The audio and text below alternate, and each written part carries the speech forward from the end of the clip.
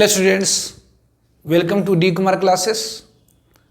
तो आज हम लोग शुरू करेंगे ऑक्सीडेशन नंबर, फिर ऑक्सीडेशन रिडक्शन। तो what is the oxidation number? तो ऑक्सीडेशन नंबर क्या है?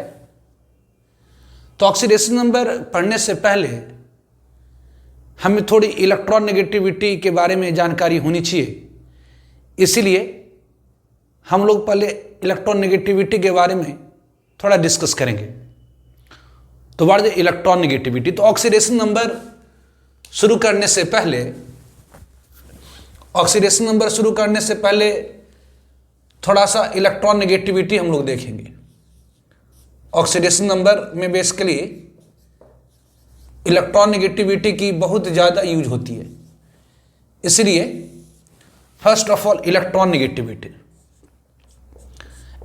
ऐसे मैंने इससे बेसिक क्लासेस में बताया था कि इलेक्ट्रॉन नेगेटिविटी क्या होती है। तो भी कॉन्सिडर, जैसे हम लोग कॉन्सिडर करें HCl, यदि हम लोग कॉन्सिडर करें HCl, तो HCl में क्या है? तो हाइड्रोजन और क्लोरीन के बीच में सिंगल कोवैलेंट बॉन्ड है। इसमें मतलब 1-1 इलेक्ट्रॉन की शेयरिंग है। Sharing means equal position and equal contribution, मतलब इक्वल कंट्रीब्यूशन और इक्वल पोजीशन होती है। तो HCl में हाइड्रोजन और क्लोरीन के बीच में 1-1 इलेक्ट्रॉन की शेयरिंग है।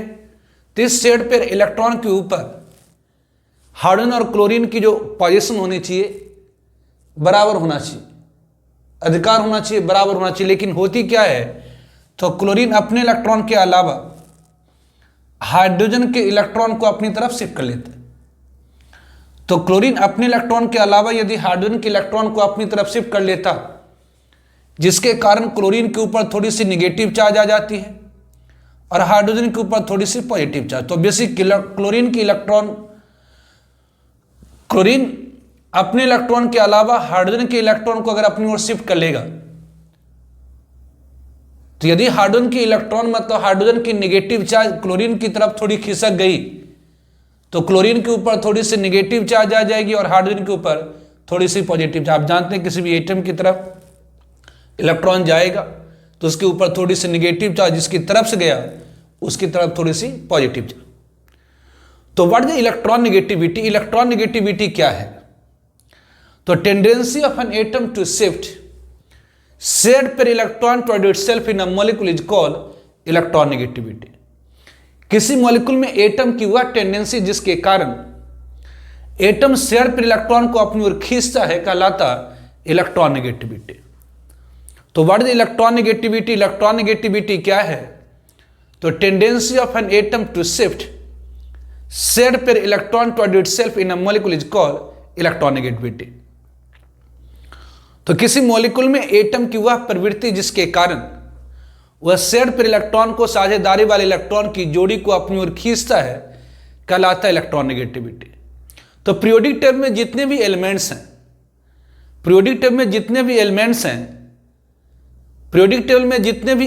हैं, उन सब की कुछ ना कुछ इलेक्ट्रॉन नेगेटिविटी है, किसी की कम किसी की ज्यादा, एक्सेप्ट इनर्ट गैसेस और नोबल एलिमेंट।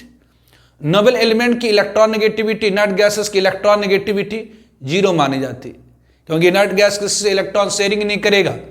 तो जब कोई एटम किसी दूसरे एटम के साथ इलेक्ट्रॉन की शेयरिंग नहीं करता, तो दूसरे के इलेक्ट्रॉन पेयर को अपनी ओर कैसे शिफ्ट कर सकता है?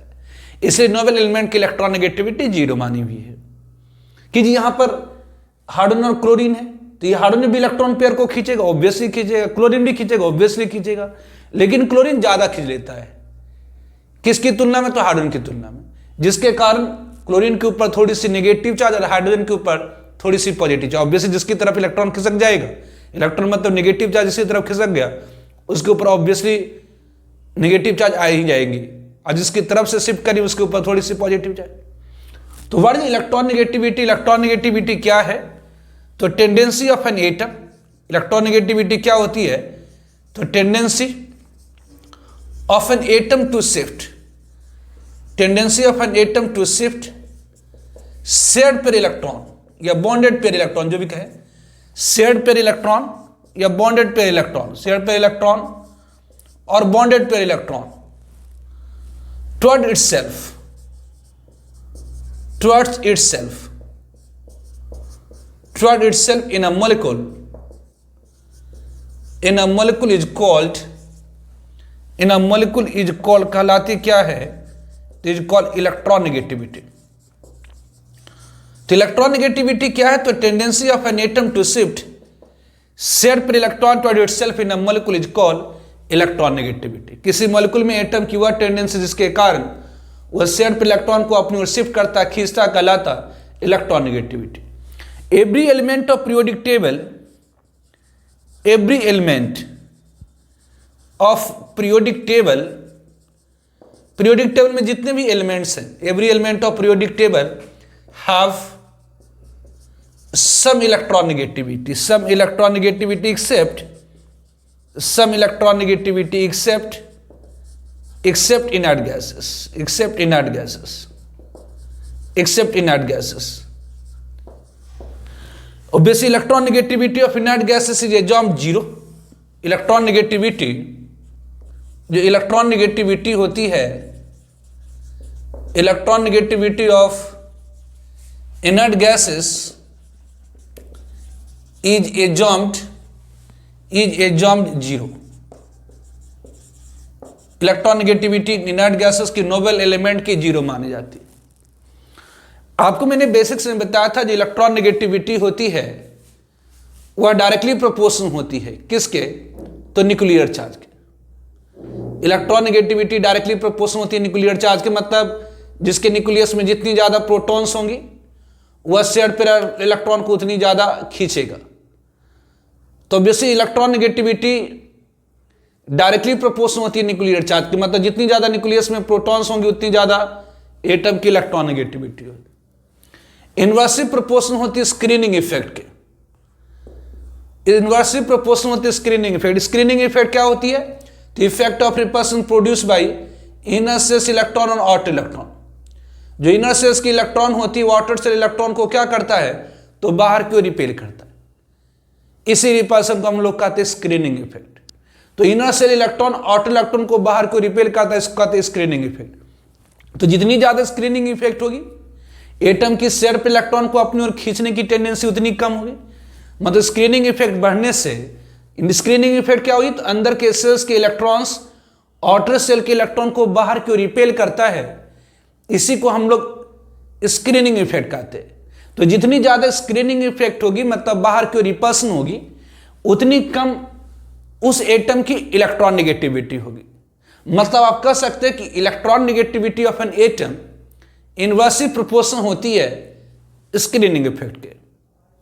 फिर था इलेक्ट्रॉन नेगेटिविटी इनवर्सली प्रोपोर्शनल होती है नंबर ऑफ ऑर्बिट्स के। मतलब जितनी ज्यादा ऑर्बिट की संख्या होगी न्यूक्लियस से उतनी ज्यादा शेयर पे इलेक्ट्रॉन की दूरी होगी। तो ऑर्बिट्स की संख्या बढ़ने से न्यूक्लियस और शेयर पे इलेक्ट्रॉन के बीच की दूरी बढ़ जाती है। तो अगर न्यूक्लियस और शेयर पे इलेक्ट्रॉन के बीच की दूरी बढ़ गई तो शेयर पे इलेक्ट्रॉन को न्यूक्लियस की तरफ खींचने की जो प्रवृत्ति है वो घट जाएगी। मतलब इलेक्ट्रॉन नेगेटिविटी इनवर्सली प्रोपोर्शनल होती है नंबर ऑफ ऑर्बिट्स की।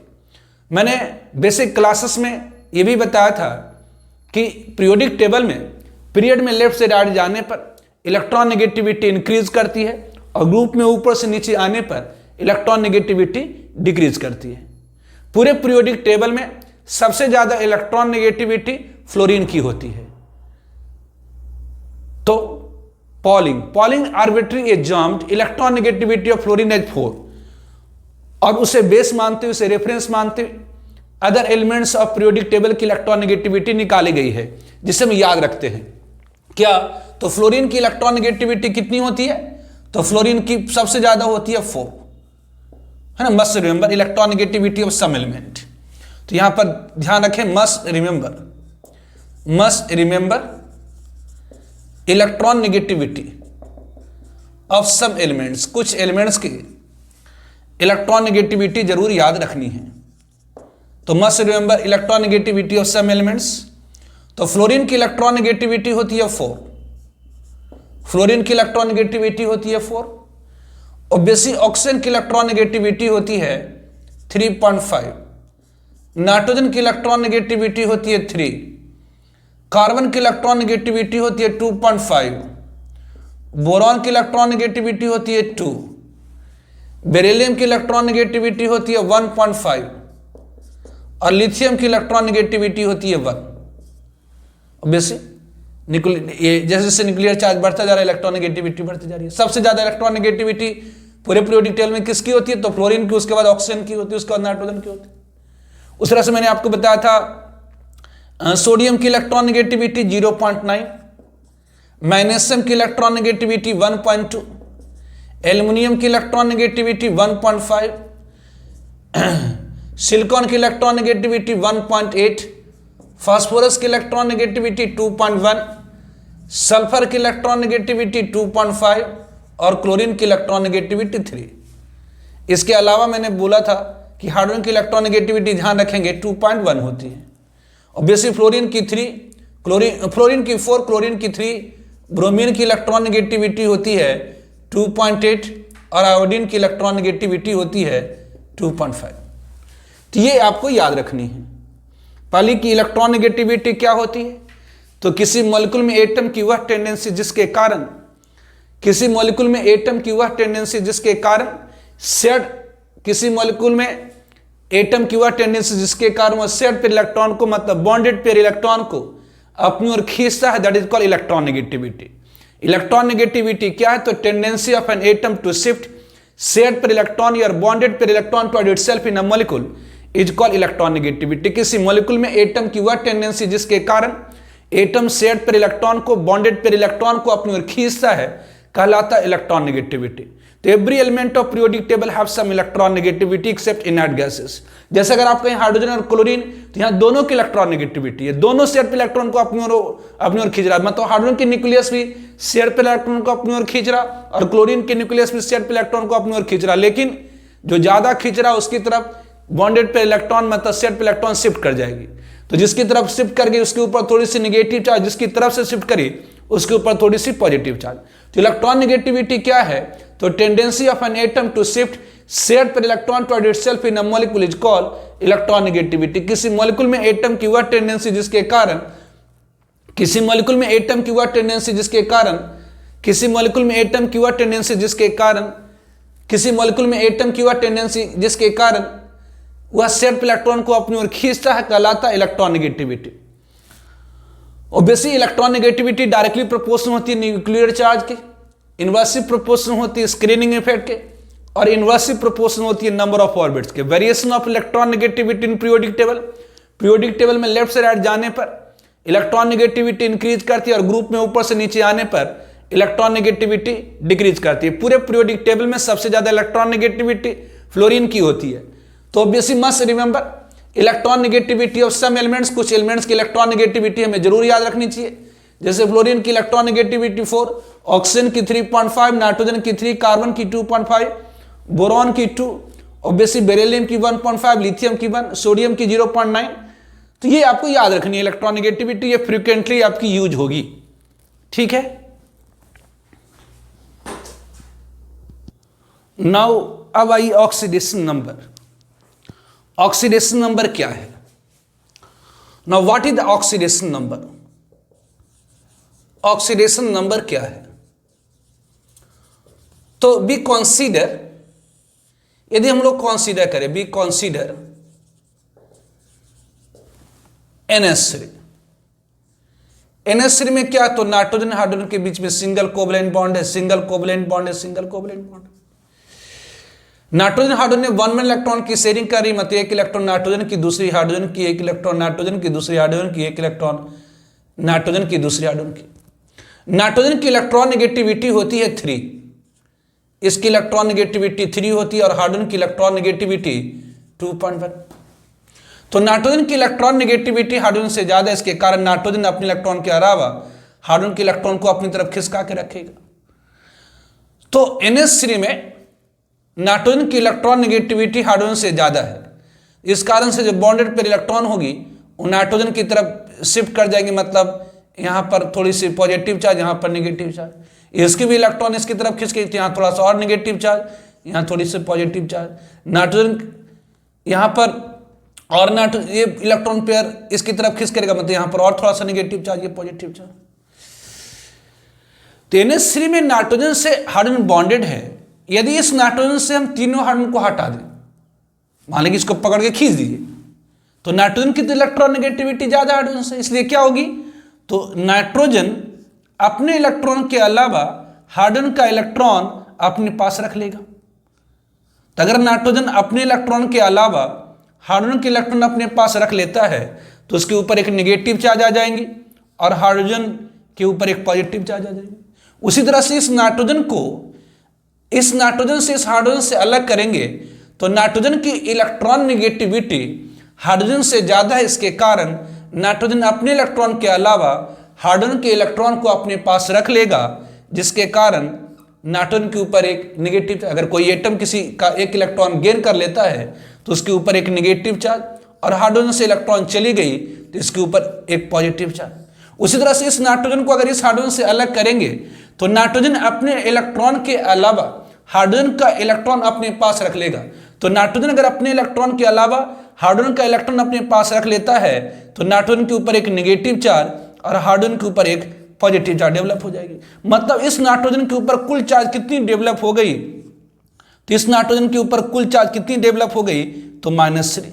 तो ये -3 कहलाती हैं oxidation number of nitrogen in ammonia, और हाइड्रोजन के ऊपर +1 कहलाएगा oxidation number of hydrogen in ammonia.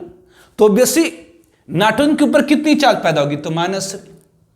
तो ये जो आर्बिट्ररी चार्ज पैदा हुई किसके कारण, तो इन सारे हाइड्रोजन एटम को हटाने के कारण अमोनिया में नाइट्रोजन से ये जो तीनों हाइड्रोजन बॉन्डेड थी, इन तीनों बॉन्डेड हाइड्रोजन को हटाने से नाइट्रोजन के ऊपर एक चार्ज पैदा हो गई है। इसी चार्ज को हम लोग कहते हैं ऑक्सीडेशन नंबर। तो what is the oxidation number, oxidation number क्या है, तो what is the oxidation number, oxidation number क्या है, तो arbitrary charge which arise on an atom in a molecule when all atoms bonded to it are separated out is called oxidation number। Oxidation number क्या है, तो arbitrary charge which arise on an atom in a molecule when all atoms bonded to it are separated out is called oxidation number। जैसे ammonia में nitrogen से 3 hydrogen bonded थी, इन तीनों hydrogen bonded hydrogen को हटा देने से नाइट्रोजन के ऊपर -3 चार्ज डेवलप हुई है। तो इस -3 को हम लोग oxidation number of nitrogen in ammonia कहेंगे। तो what is the oxidation number, तो ऑक्सीडेशन नंबर क्या है, तो what is oxidation number, oxidation number क्या है, तो आर्बिट्ररी चार्ज। ऑक्सीडेशन नंबर क्या है, तो arbitrary charge which arise, arbitrary charge जो पैदा होती which arise due to, arbitrary which arise due to, तो ऑक्सीडेशन नंबर क्या है, तो arbitrary which arise due to, arbitrary charge which arise वह, तो ऑक्सीडेशन नंबर क्या है, तो आर्बिट्ररी चार्ज जो एराइज होता है किसके कारण, तो arbitrary charge which arise due to separation, arbitrary charge which arise. तो ऑक्सीडेशन नंबर क्या है, तो आर्बिट्ररी चार्ज विच एराइज, तो किसी मॉलिक्यूल में किसी एटम का अगर ऑक्सीडेशन नंबर निकालना तो क्या करें, तो उस मॉलिक्यूल में उस एटम से जितने भी अदर एटम बॉन्डेड हैं उसे सेपरेट आउट कर दीजिए। तो ऑक्सीडेशन नंबर क्या है, तो arbitrary charge arise by separation of all other atom bonded to it. किसी मॉलिक्यूल में किसी एटम का अगर ऑक्सीडेशन नंबर निकालना है तो उस मॉलिक्यूल में उस एटम से जितने भी अदर एटम बॉन्डेड हैं उसको सेपरेट। तो arbitrary charge which arise due to separation of due to separation of all other atom bonded to it is called, कहलाता क्या है, is called oxidation number, is called oxidation number। तो oxidation number क्या है, तो arbitrary charge which arise on an atom in a molecule, arbitrary which arise on an atom in a molecule when all other atom bonded to it are separated out। तो arbitrary which arise on an atom in a molecule, arbitrary charge which arise on an atom in a molecule when all other atom bonded to it bonded to it are separated out is called, कहलाता क्या है, तो is called oxidation number.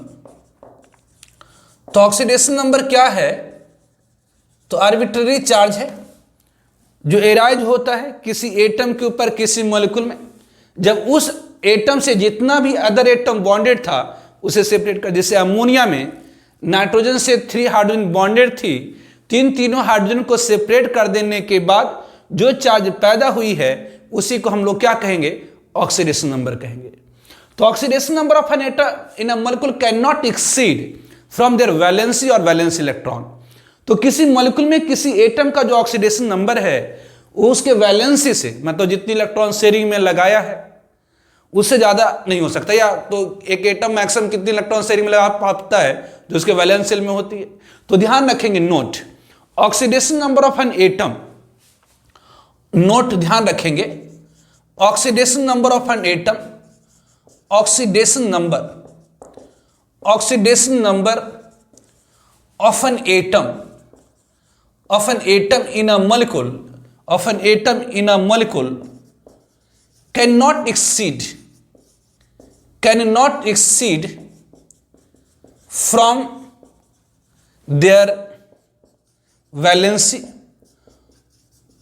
Valency मतलब जितनी electron वो sharing में लगाए उससे, वैलेंसी मतलब होता है कंबाइनिंग कैपेसिटी ऑफ एलिमेंट, मतलब कोई भी एलिमेंट दूसरे से कंबाइन करने के लिए जितनी इलेक्ट्रॉन की शेयरिंग करता है कोवैलेंसी में, तो can not exceed from their valency और वैलेंस इलेक्ट्रॉन, वैलेंसी या वैलेंस इलेक्ट्रॉन। तो किसी मॉलिक्यूल में किसी एटम की जो ऑक्सीडेशन स्टेट है वो उसके वैलेंसी से ज्यादा नहीं हो सकता। फॉर एग्जाम्पल, जैसे अगर आपसे पूछा जाए मैक्सिमम पॉसिबल ऑक्सीडेशन स्टेट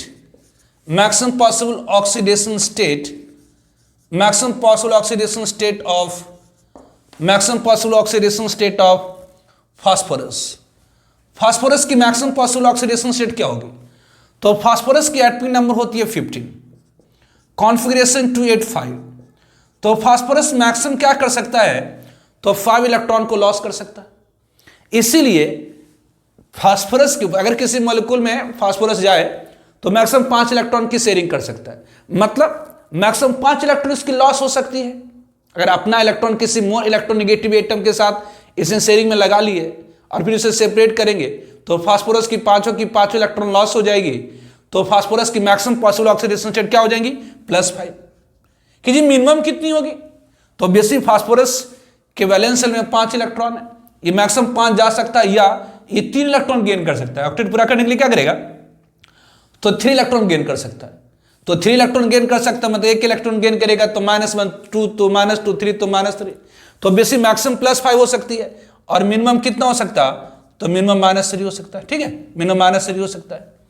उसी तरह से अगर आपसे पूछा जाए maximum possible oxidation state of sulphur की मैक्सिमम पॉसिबल ऑक्सीडेशन स्टेट कितनी होगी, तो सल्फर की एटॉमिक नंबर 16 कॉन्फ़िगरेशन 286, सल्फर की एटॉमिक नंबर 16 कॉन्फ़िगरेशन 286।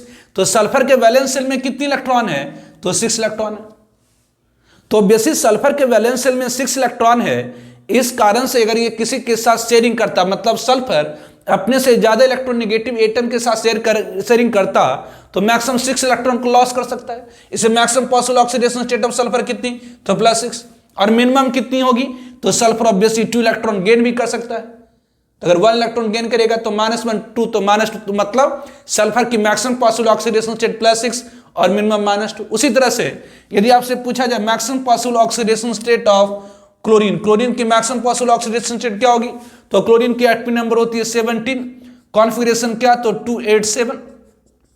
तो मैक्सिमम 7 इलेक्ट्रॉन ये लॉस कर सकता है, मतलब क्लोरीन अपने से ज्यादा इलेक्ट्रोनेगेटिव एटम के साथ इलेक्ट्रॉन की शेयरिंग कर दे तो सेपरेशन में इसके सातों इलेक्ट्रॉन लॉस हो सकती है, मतलब maximum possible oxidation state chlorine की +7 और मिनिमम -1 हो सकती है। उस तरह से अगर maximum possible oxidation state of अगर आपसे पूछा जाए क्रोमियम की एटॉमिक नंबर 24 होती है, ऑब्वियसली कॉन्फ़िगरेशन 2886 होती है। तो ऑब्वियसली यहां पर क्रोमियम मैक्सिमम कितने इलेक्ट्रॉन को लॉस कर पाता है? तो +6, इसलिए maximum possible oxidation state chromium +6 होती है। और बेसिक मैग्नीज की मैक्सिमम पॉसिबल ऑक्सीडेशन स्टेट क्या हो जाएगी? तो 288, ये 7, मतलब मैक्सिमम जो possible oxidation state of manganese होती है वो +7 होती है, 80 इत्यादि। तो what is the oxidation number या ऑक्सीडेशन स्टेट? ऑक्सीडेशन नंबर क्या है? तो हमने कंसीडर करा एक मॉलिक्यूल NH3, हम लोगों ने कंसीडर करा एक मॉलिक्यूल NH3 में नाइट्रोजन से 3 हाइड्रोजन बॉन्डेड थी। तीनों हाइड्रोजन को हटा देने के बाद नाइट्रोजन के पास, इस नाइट्रोजन से तीनों हाइड्रोजन बॉन्डेड थी। आप जा रहे नाइट्रोजन की इलेक्ट्रॉन नेगेटिविटी हाइड्रोजन से ज्यादा है, तो इस नाइट्रोजन से अगर इस नाइट्रोजन से इस हाइड्रोजन को अलग करे तो नाइट्रोजन ने अपने इलेक्ट्रॉन के अलावा हाइड्रोजन के इलेक्ट्रॉन गेन करके रख लिया, मतलब इसके ऊपर एक -1 चार्ज है, हाइड्रोजन के ऊपर +1। इस नाइट्रोजन को इस हाइड्रोजन से अलग करे तो यहां भी नाइट्रोजन के ऊपर -1, हाइड्रोजन के ऊपर +1। इस नाइट्रोजन को इस हाइड्रोजन से अलग करे तो नाइट्रोजन के ऊपर -1, हाइड्रोजन के ऊपर +1। तो इस नाइट्रोजन के ऊपर कुल चार्ज कितनी डेवलप हो गई? तो -3। तो ये जो -3 चार्ज डेवलप हुई है इसी को हम लोग ऑक्सीडेशन नंबर कहते हैं। तो what is the oxidation number? Oxidation number क्या है? तो arbitrary charge which arise on an atom in a molecule when all atoms bonded to it are separated out is called oxidation number. किसी molecule में किसी atom की यदि oxidation number निकालनी है, किसी मॉलिक्यूल में किसी एटम की अगर ऑक्सीडेशन नंबर निकालनी है तो उस एटम से जितने भी अदर एटम बॉन्डेड हैं उसे सेपरेट कर दीजिए। तो arbitrary charge which arise on an atom in a molecule when all other atom bonded to it are separated out is called oxidation number. Oxidation number of an atom in a molecule cannot exceed from their valency or valence electron. किसी molecule में किसी atom की oxidation number उसके valency से ज्यादा नहीं हो सकती, मतलब जितनी इलेक्ट्रॉन उसने शेयरिंग करी है उससे ज्यादा हो ही नहीं सकती, क्योंकि उससे ज्यादा इलेक्ट्रॉन लॉस ही नहीं कर पाएगा। तो किसी मॉलिक्यूल में किसी एटम की जो ऑक्सीडेशन नंबर होती है वो उसके वैलेंसी या वैलेंस इलेक्ट्रॉन से ज्यादा नहीं हो सकती। यही कारण है कि maximum possible oxidation state of phosphorus +5, maximum possible oxidation state of sulphur +6, maximum possible oxidation state of chlorine +7, maximum possible oxidation state of chromium +6, maximum possible oxidation state of manganese +7 है। ठीक है,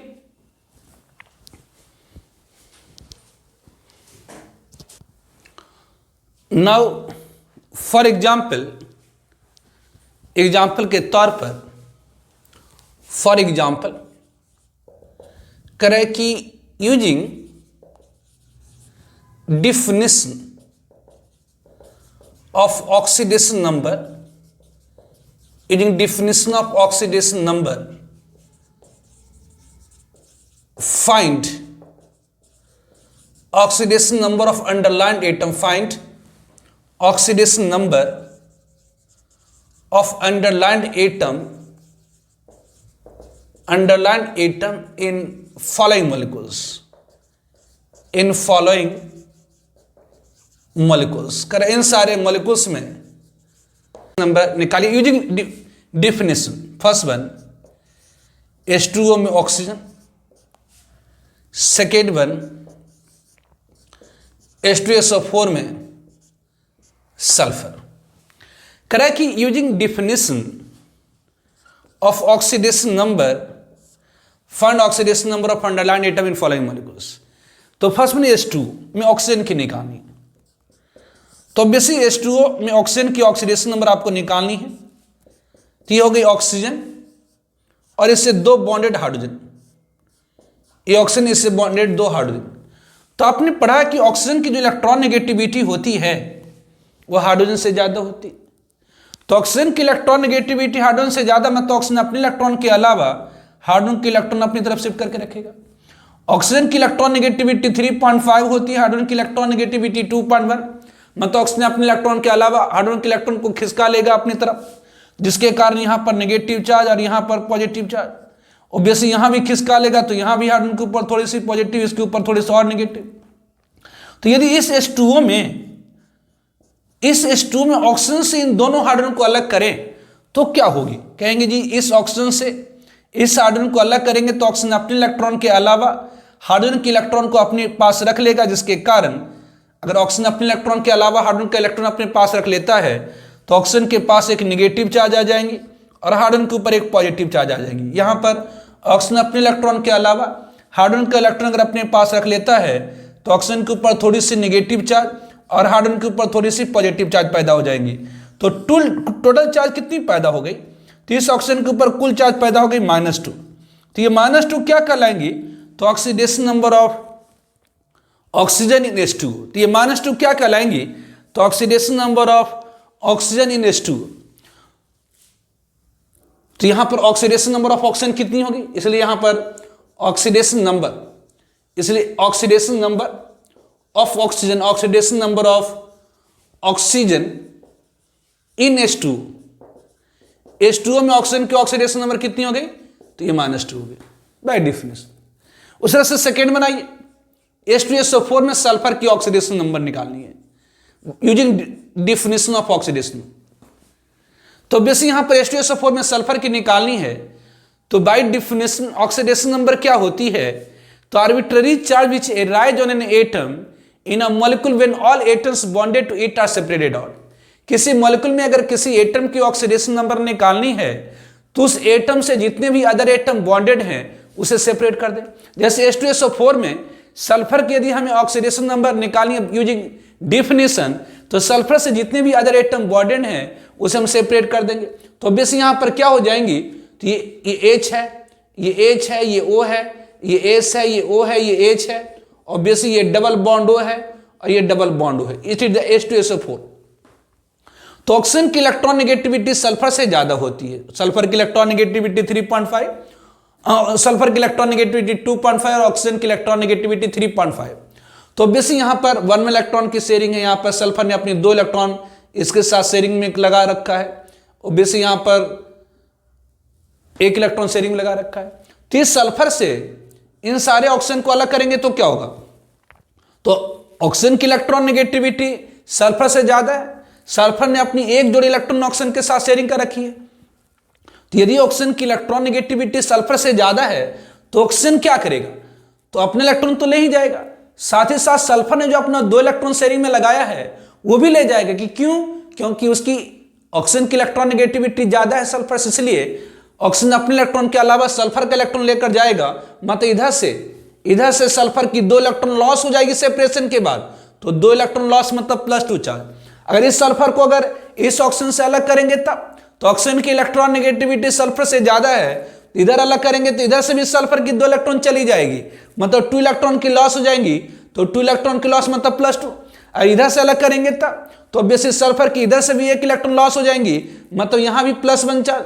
और इधर से अलग करेंगे तब इधर से भी 1 इलेक्ट्रॉन लॉस हो जाएगी, तो +1 मतलब कुल चार्ज कितनी डेवलप हो गई? तो +6। इसका मतलब oxidation number of sulphur in H2SO4, तो इसका मतलब ऑक्सीडेशन नंबर, यहां पर जो ऑक्सीडेशन नंबर हुई किसकी? तो of sulphur, oxidation number of sulphur in H2SO4 कितनी हो गई? तो इन H2SO4 इज इक्वल टू +6 हो गई। H2SO4 इज इक्वल टू कितनी हो गई? तो +6 हो गई। तो जरा ध्यान दीजिए, बाय डिफिनेशन मतलब परिभाषा के द्वारा किसी भी मॉलिक्यूल में किसी एटम की ऑक्सीडेशन नंबर निकालना एक डिफिकल्ट टास्क होता है, एक कठिन कार्य होता है। कि कैसे? तो पहले मॉलिक्यूल, फिर उसका स्ट्रक्चर लिखिए, फिर इलेक्ट्रॉन नेगेटिविटी देखिए, फिर सबको सेपरेशन करिए, है ना। पहले आप मॉलिक्यूल को स्ट्रक्चर को लिखिए, फिर इलेक्ट्रॉन नेगेटिविटी देखिए, फिर सेपरेशन करिए, फिर जो टोटल चार्ज है उसको लिख डालिए, तब ऑक्सीडेशन में निकालेंगे। तो इट्स टीडियस, मतलब ये उबाऊ है, ये डिफिकल्ट है, थोड़ी कठिन है। हमें सामान्य तौर पर किसी मॉलिक्यूल में एटम की ऑक्सीडेशन नंबर फटाफट निकालनी होती है। तो किसी मॉलिक्यूल में किसी एटम की ऑक्सीडेशन नंबर अगर आपको फटाफट निकालनी है तो उसके कुछ गाइडलाइंस है, कुछ डायरेक्शंस है। यदि हम उस गाइडलाइंस को, उस डायरेक्शन को फॉलो करें तो एक मॉलिक्यूल में एटम की ऑक्सीडेशन नंबर हम फटाफट निकाल सकते हैं। तो there are some guidelines to calculate oxidation number of an atom in a molecule. किसी मॉलिक्यूल में अगर किसी एटम की ऑक्सीडेशन नंबर निकालनी है तो ऑक्सीडेशन नंबर निकालने के लिए कुछ गाइडलाइंस है जिसे हमें ध्यान रखना होता है, याद रखना होता है, और बहुत डिफिकल्ट नहीं है, आप फटाफट निकाल सकते हैं। तो इस तरह से ऑक्सीडेशन नंबर निकालना एक डिफिकल्ट टास्क होता है, इसीलिए हम लोग कुछ गाइडलाइंस, कुछ डायरेक्शंस को पढ़ेंगे जिसको यूज करते हुए किसी भी एटम की ऑक्सीडेशन नंबर को आप आसानी से निकाल सकते हैं। ठीक है, तो guidelines to calculate oxidation number of an atom in a molecule. तो guidelines to calculate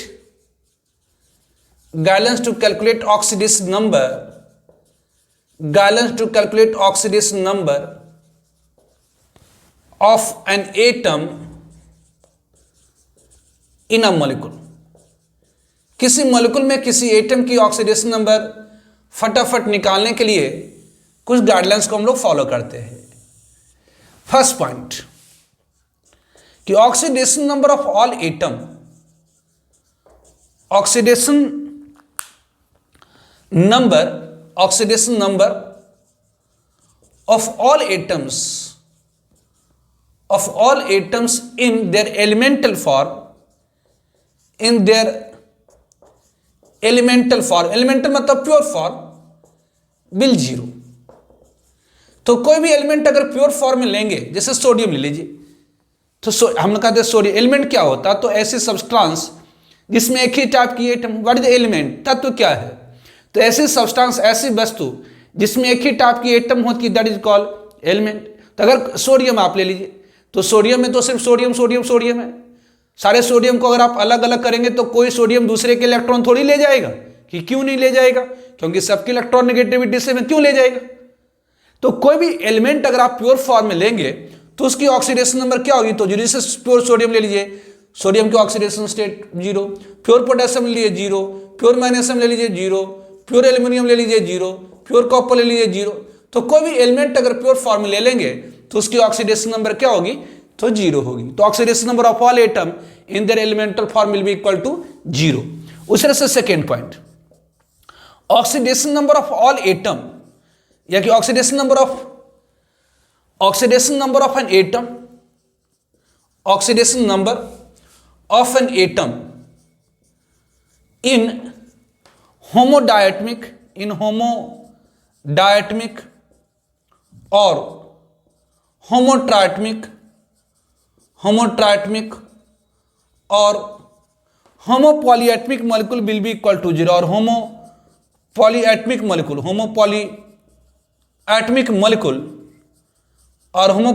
molecule will be 0।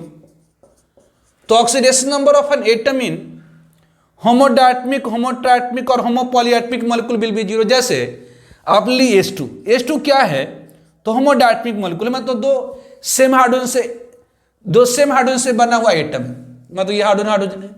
अरे इन दोनों को आप अलग अलग करेंगे तो दोनों की इलेक्ट्रॉन नेगेटिविटी सेम ही है, तो अपने अपने इलेक्ट्रॉन लेकर के अलग हो जाएगा, मतलब कोई चार्ज नहीं। तो सेम इलेक्ट्रॉन नेगेटिविटी वाला अगर एटम बॉन्डिंग कर रखा है और वहां पर एटम को आप अलग अलग करेंगे तो कोई चार्ज डेवलप नहीं होगी। जैसे H2 है, तो H2 में हाइड्रोजन की ऑक्सीडेशन नंबर क्या होगी, तो 0। और आप कहीं O2 है, ऑब्वियसली इसमें ऑक्सीजन की क्या होगी, तो ऑब्वियसली ऑक्सीजन है, दो इलेक्ट्रॉन की शेयरिंग कर रखा है, लेकिन दोनों की इलेक्ट्रॉन नेगेटिविटी सेम ही है। और इन दोनों को अलग अलग करेंगे तो अपना अपना इलेक्ट्रॉन लेकर अलग होगा, मतलब कोई चार्ज पैदा नहीं होगी। मतलब O2 में ऑक्सीजन की ऑक्सीडेशन स्टेट क्या होगी, तो 0। और आपको कहा जाए N2 में नाइट्रोजन की ऑक्सीडेशन स्टेट क्या होगी, 0।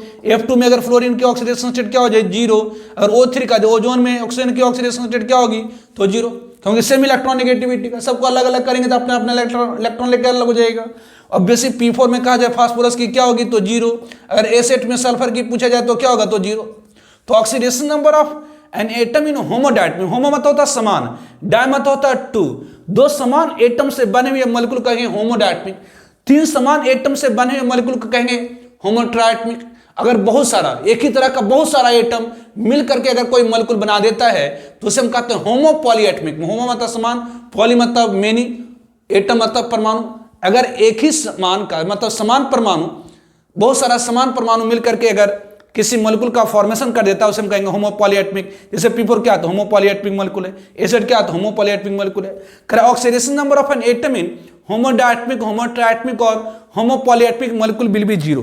तो ऑब्वियसली किसी भी जो ऑक्सीडेशन नंबर होती है एक एटम की होमोडायटमिक, होमोट्राइटमिक और होमोपॉलीएटमिक मॉलिक्यूल में 0 होती है। तो guidelines to calculate oxidation number of an atom in a molecule, तो first one, oxidation number of all atom in their elemental form will be 0। एक एटम की जो ऑक्सीडेशन नंबर होती है इसके एलिमेंटल फॉर्म में 0 होती है। Oxidation number of an atom in homodiatomic, homotriatomic और होमोपॉलीएटमिक मॉलिक्यूल क्या होती है, तो 0 होती है। नाउ थर्ड पॉइंट, तीसरी point, sum of oxidation number of all atom.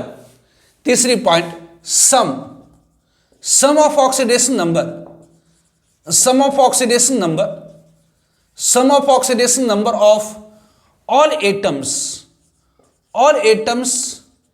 in a molecule will be equal to 0, in a molecule will be equal to 0, will be equal to 0। करें sum of oxidation number of all atom in a molecule will be equal to 0। करें एक molecule में जितने भी atoms हैं उन सारे atom की ऑक्सीडेशन नंबर की जो सम होगी, जोड़ होगी, वो 0 होगी। जैसे आपके H2 एक मॉलिक्यूल है, तो H2 एक मॉलिक्यूल है तो इसके ऊपर नेट चार्ज क्या है, तो 0 है।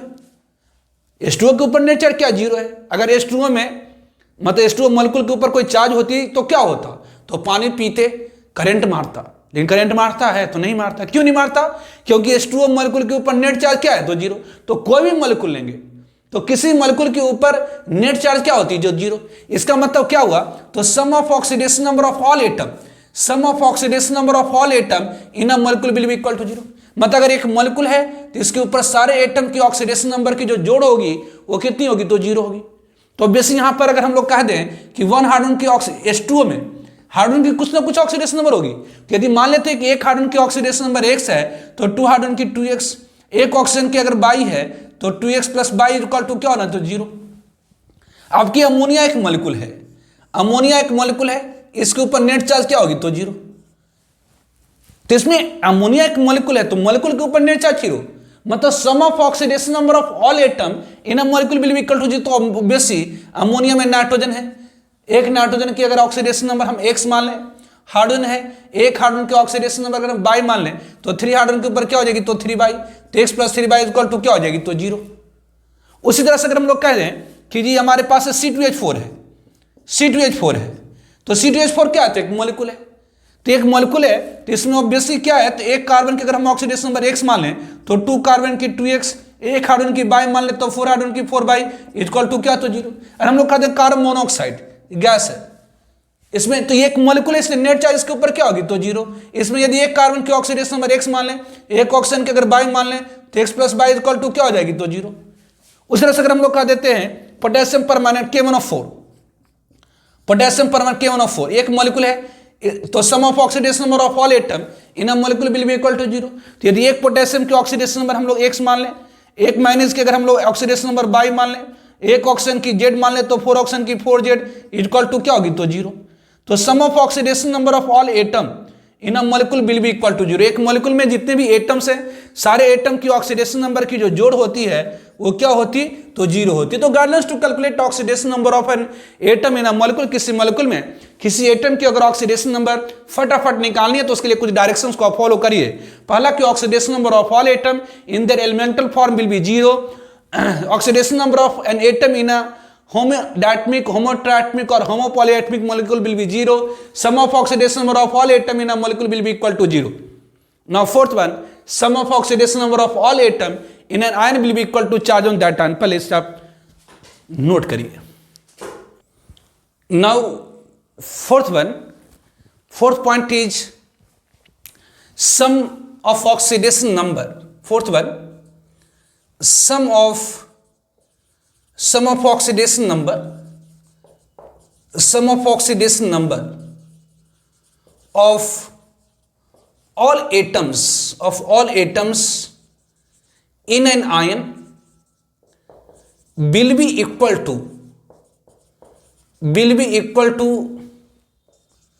charge on that ion, will be equal to charge on that ion. तो sum of oxidation number of all atoms in an ion will be equal to charge on that atom. जैसे हम लोग कह दे कि हमारे पास डाइक्रोमेट आयन है Cr2O7-2, it is the dichromate ion. तो यहां पर इस आयन में जितने भी एटम्स हैं उन सारे एटम की जो ऑक्सीडेशन नंबर की सम होगी वो इसके ऊपर मौजूद चार्ज के बराबर होगी। जैसे यहां पर हम मान लें कि एक क्रोमियम की ऑक्सीडेशन नंबर x है तो 2 क्रोमियम की कितनी, तो 2x हो जाएगी। 1 ऑक्सीजन की ऑक्सीडेशन नंबर हम लोग अगर बाई मान लें तो 7 ऑक्सीजन की ऑक्सीडेशन नंबर 7 बाई हो जाएंगी, that's will be equal to -2। we कर sum of oxidation number of all atoms in an ion will be equal to charge on that ion. एक आयन में जितने भी एटम्स हैं उन सारे एटम की जो ऑक्सीडेशन नंबर की सम होती है वो इक्वल होती है चार्ज ऑन दैट आयन के। उस तरह से और भी लेसेस जिसे हम लोग कहते हैं परमानेंट आयन, MnO4- है। तो परमानेंट आयन ये है, और बेसिस इसमें एक मैनेज की ऑक्सीडेशन नंबर x मान लें, एक मैनेज की x मान लें, एक ऑक्सीजन की बाई, तो 4 ऑक्सीजन के ऊपर 4 by, that is equal to -1। तो ये कह रहा है कि sum of oxidation number of all atom in an ion will be equal to charge on that ion. एक आयन में जितनी भी एटम्स होती हैं, एक आयन में जितनी भी एटम्स होती हैं, उन सारे एटम की ऑक्सीडेशन नंबर की जो सम होती, जोड़ होती है, वो इक्वल होती है उस आयन के ऊपर मौजूद चार्ज के बराबर। तो मस्ट रिमेंबर, यहां पर हमें कुछ चीजें याद रखनी होती है। मस्ट रिमेंबर, जरूरी याद रखें, charge on some ion, charge on some ion, कुछ आयंस के ऊपर हमें चार्ज जरूरी तौर पर याद रखनी है। पहला, अगर हम लोग कहते हैं हाइड्रोक्साइड आयन, अगर हम कहते हैं हाइड्रोक्साइड आयन, इसका मतलब क्या हुआ? तो हाइड्रोक्साइड आयन मींस OH- समझिएगा। हाइड्रोक्साइड मतलब क्या हुआ? OH-। उस तरह से हैलाइड मतलब फ्लोराइड। अगर हम लोग कहते हैलाइड आयन मतलब, अगर हम लोग कहते फ्लोराइड, तो फ्लोराइड मतलब क्या हुआ? इसका मतलब F- होता है, ध्यान रखेंगे। क्लोराइड हम लोग कहते, क्लोराइड मतलब क्या होगा? तो Cl- हो जाएंगे। अगर हम लोग कहते ब्रोमाइड मतलब क्या हुआ? तो Br- हो जाएंगे, Br- हो जाएंगे। अगर हम लोग कहते आयोडाइड, इसका मतलब क्या हुआ? तो I- हो जाएंगे। मतलब इन जनरल हम लोग कहते हैं हैलाइड, इन जनरल क्या कह देते हैं? हैलाइड, इन जनरल क्या कह देते हैं? हैलाइड, इन जनरल हैलाइड मतलब X-। तो ऑब्वियसली फ्लोराइड मतलब F-, क्लोराइड मतलब Cl-, ब्रोमाइड मतलब Br-, आयोडाइड -I-, या इन जनरल हैलाइड मतलब X- हो गई। उसी तरह से अगर हम लोग कह दें साइनाइड, उसी तरह से अगर हम लोग कह दें साइनाइड आयन, तो साइनाइड मीन्स क्या हुई? तो साइनाइड मतलब क्या हुआ? तो Cn-, साइनाइड मतलब क्या हुआ? तो Cn-। उस तरह से अगर हम लोग कह दें साइनाइड मतलब आइसोसाइनाइड, साइनाइड मतलब Cn-, और आइसोसाइनाइड मीन्स क्या होती है? आइसोसाइनाइड मीन्स Nc-, नाटन को पढ़ लीजिए, दैट इज कॉल्ड आइसोसाइनाइड। उस तरह से अगर हम लोग कहें थायोसाइनाइड मतलब क्या? तो ACN-। अगर हम लोग कहते हैं आइसोथायोसाइनाइड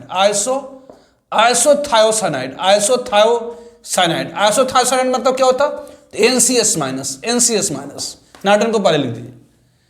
उस तरह से अगर हम लोग कह देते हैं, यदि हम लोग कह देते हैं कि जी नाइट्रेट आयन मतलब क्या होता? NO3-। अगर हम कहें नाइट्राइट आयन मतलब क्या होता है? NO2-, याद रखनी है। उस तरह से अगर हम लोग कह दें कार्बोनेट आयन मतलब क्या होता है जी? तो CO3-2 होता है। कार्बोनेट मतलब क्या? तो CO3-2। अगर कह दें ऑक्जेलेट आयन मतलब क्या होता? तो ऑक्जेलिक एसिड मतलब होता है COOH। It is called oxalic acid. इससे दोनों हाइड्रोजन को निकाल लीजिए तो 2 कार्बन हो जाएगा, 2 कार्बन 4 ऑक्सीजन, उसके ऊपर -2, तो C2O4-2 को क्या कहा जाता है? It is called oxalate ion. C2O4-2 को क्या कहा जाता है? ऑक्जेलेट आयन, ठीक है। उस तरह से अगर हम लोग कह देते हैं सल्फेट आयन, इसका मतलब क्या हुआ? तो SO4-2 को हम लोग क्या कहते हैं? Sulphate ion. यदि हम लोग कहते हैं सल्फाइट आयन मतलब क्या? तो सल्फाइट आयन मीन्स क्या? तो SO3 सल्फाइट आयन मतलब क्या होती है? SO3-2 होती है। सल्फाइट आयन मतलब SO3-2 होती है। और हम लोग कहते हैं फॉस्फेट आयन,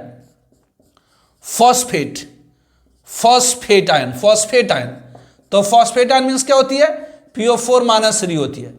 फॉस्फेट आयन मतलब क्या? तो PO4-3 होती है। अगर हम लोग कहते हैं अमोनियम आयन मतलब क्या होती है? अमोनियम आयन मतलब NH4+ होती है। अमोनियम आयन मतलब क्या होता है? NH4+ होती है। This one it is. तो पहली point, fourth point, sum of oxidation number of all atom in an ion will be equal to charge on that ion. एक आयन में जितनी भी एटम्स होंगी उन सबके, एक आयन में जितनी भी एटम्स होती हैं उन सारे एटम की ऑक्सीडेशन नंबर की जो सम होती है वो इक्वल होती है उस आयन के ऊपर मौजूद चार्ज के बराबर। जैसे Cr2O7 में एक क्रोमियम की ऑक्सीडेशन नंबर x मान ले तो 2 की 2x, 1 ऑक्सीजन की बाई मान ले तो 7 की 7 बाई, तो 2x + 7 by equal to -2। MnO4 minus, एक मैंगनीज का अगर ऑक्सीडेशन नंबर x मान लें तो 4 ऑक्सीजन की 4 by that is equal to -1। तो जरूर रखें चार्ज कुछ आयन के ऊपर याद, जैसे हाइड्रोक्साइड आयन कहते हैं तो OH माइनस, फ्लोराइड कहते हैं तो F माइनस, क्लोराइड कहते हैं तो Cl माइनस, ब्रोमाइड कहते हैं तो Br माइनस, आयोडाइड कहते हैं तो I माइनस, या इन जनरल हैलाइड मतलब X माइनस, सनाइड मतलब Cn माइनस, आइसोसनाइड मतलब Nc माइनस, थायोसनाइड मतलब था मतलब होता सल्फर, था मतलब क्या होता है सल्फर, था मतलब सल्फर, आसनाइड मतलब Cn तो ACN माइनस, आइसोथायोसनाइड मतलब नाइट्रोजन को पहले कर दिए NCS माइनस, नाइट्रेट मतलब NO3 माइनस, नाइट्राइट मतलब NO2 माइनस, कार्बोनेट मतलब CO3 माइनस 2, ऑक्जेलेट मतलब C2O4 माइनस 2, सल्फेट मतलब SO4 माइनस 2, सल्फाइट मतलब SO3 माइनस 2, फॉस्फेट मतलब PO4 माइनस 3, अमोनियम मतलब NH4 प्लस। तो ये कुछ आयंस है जिसके ऊपर आपको चार्ज जरूरी तौर पर याद रखना है। तो आज आप लोगों को मैं होमवर्क दे रहा हूं, इन सारे आयन के ऊपर मौजूद चार्ज को याद करके रखेंगे, और नेक्स्ट लेक्चर में इसका अगला पॉइंट आपको मैंने बताना है और फिर ऑक्सीडेशन स्टेट निकालने के लिए बताना है। ठीक है, ओके, बाय।